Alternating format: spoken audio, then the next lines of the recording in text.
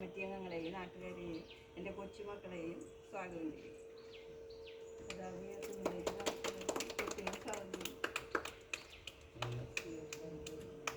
പ്രിയപ്പെട്ട എൻ്റെ സഹോദരി സഹോദരന്മാരെ, സുഹൃത്തുക്കളെ, സഹകരണക്കാരെ, നമ്മുടെ രാജ്യം 77ാമത് റിപ്പബ്ലിക് ദിനാഘോഷം ഇന്ന് രാജ്യമെമ്പാടും നമ്മൾ കൊണ്ടാടുകയും ഏറെ സന്തോഷപൂർവ്വം നമ്മുടെ രാജ്യം 77 വർഷം നമ്മുടെ രാജ്യത്തിന് റിപ്പബ്ലിക് ആയി എന്ന് പറയുമ്പോൾ അത് വെറുതെ നമ്മൾ അഭിമാനിക്കേണ്ട കാര്യമില്ല.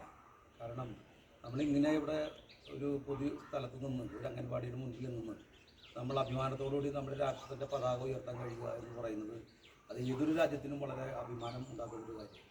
അത് നേടിത്തരാൻ വേണ്ടി നമുക്കറിയാം ഒരുപാട് യുവാക്കൾ ഉൾപ്പെടെ പ്രായമായ ആളുകൾ ഉൾപ്പെടെ ഒരുപാട് ആളുകളുടെ രക്തം ചിന്തിയതിന് ശേഷമാണ് നമുക്ക് ഈ സ്വാതന്ത്ര്യം എന്ന് പറഞ്ഞ് ലഭിച്ചത്. അതിനുശേഷം നമ്മൾ റിപ്പബ്ലിക്കായത്.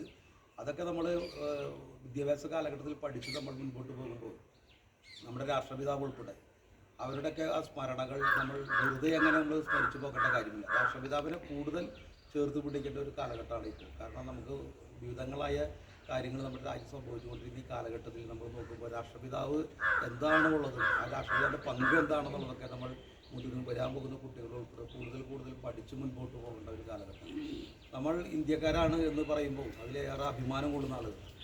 അത് നമ്മൾ അഭിമാനം കൊള്ളുന്നത് എന്തുകൊണ്ടാണെന്ന് വെച്ചാൽ നിങ്ങൾക്കറിയാം, ലോകരാഷ്ട്രങ്ങളൊക്കെ പല രാജ്യങ്ങളും സമ്പന്നമായി മുൻപോട്ട് പോകുന്നുണ്ടെങ്കിൽ പോലും നമ്മൾ ലോകരാഷ്ട്രങ്ങളുടെ സമ്പന്നതയിലേക്ക് നമ്മൾ പതുക്കെ നമ്മൾ ചെല്ലുമ്പോൾ പോലും മറ്റ് രാജ്യങ്ങളെക്കാൾ ഏറ്റവും ഉയർന്നു നിൽക്കുന്ന പ്രധാനപ്പെട്ട ഒരു കാര്യം നാനാത്വത്തിലെ ഏകത്വം എന്ന് പറയുന്ന ഇന്ത്യയുടെ ഏറ്റവും വലിയ തത്വം മുറുകെ പിടിച്ചു കൊണ്ടുപോകുന്നു. അത് മറ്റ് വലിയ സമ്പന്ന രാഷ്ട്രങ്ങൾ പോലും പറഞ്ഞു അത് ഞങ്ങൾക്ക് സാധിക്കാത്തൊരു കാര്യമാണ് ഇന്ത്യയിലാണ് നടക്കുന്നത്.